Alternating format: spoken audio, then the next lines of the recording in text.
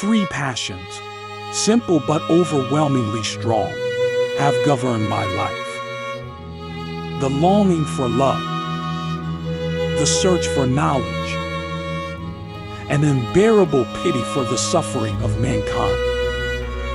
These passions, like great winds, have blown me hither and thither, in a wayward course, over a great ocean of anguish, reaching to the very verge of despair.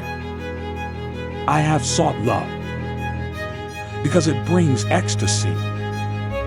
Ecstasy so great that I would often have sacrificed all the rest of life for a few hours of this joy.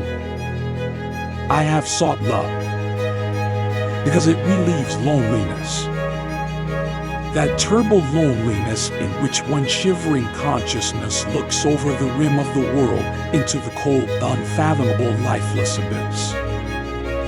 I have sought love, because in the union of love I have seen, in a mystic miniature, the prefiguring vision of a heaven that saints and poets have imagined.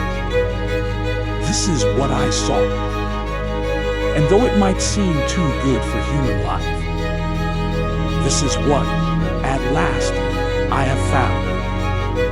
With equal passion I have sought knowledge.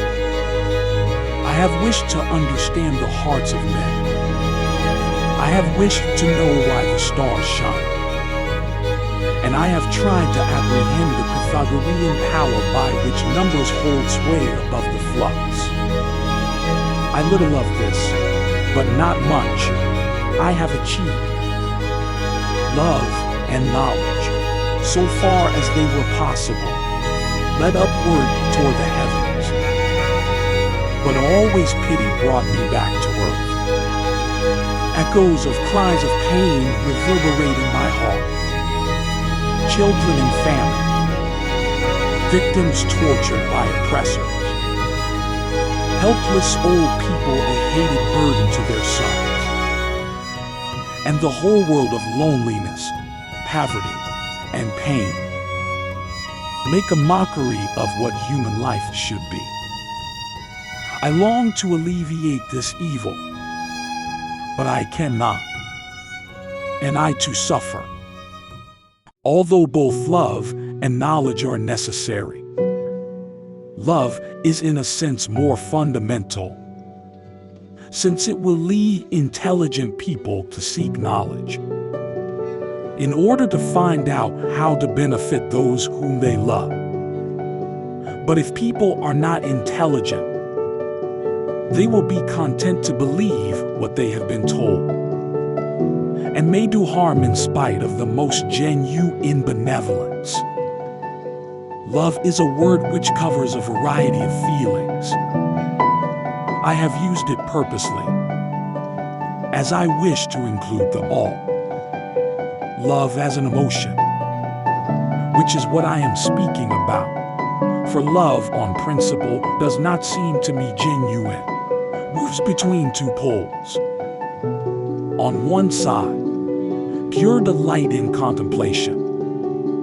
On the other, pure benevolence, where inanimate objects are concerned.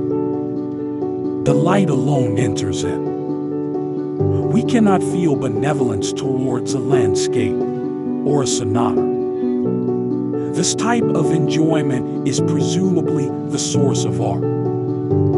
It is stronger, as a rule, in very young children than adults, who are apt to view objects in a utilitarian spirit. It plays a large part in our feelings towards human beings, some of whom have charm and some the reverse. When considered simply as objects of aesthetic contemplation, love at its fullest is an indissoluble combination of the two elements: delight and well-wishing. The pleasure of a parent in a beautiful and successful child combines both elements. So does sex love at its best. But in sex love, benevolence will only exist where there is secure possession. since otherwise jealousy will destroy it, while perhaps actually increasing the delight in contemplation. Delight without well-wishing may be cruel.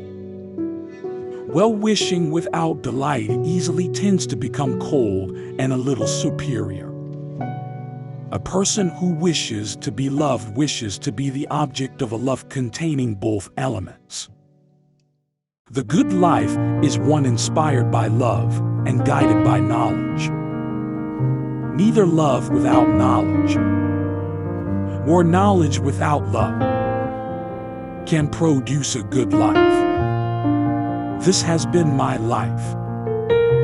I have found it worth living, and would gladly live it again, if the chance were offered to me.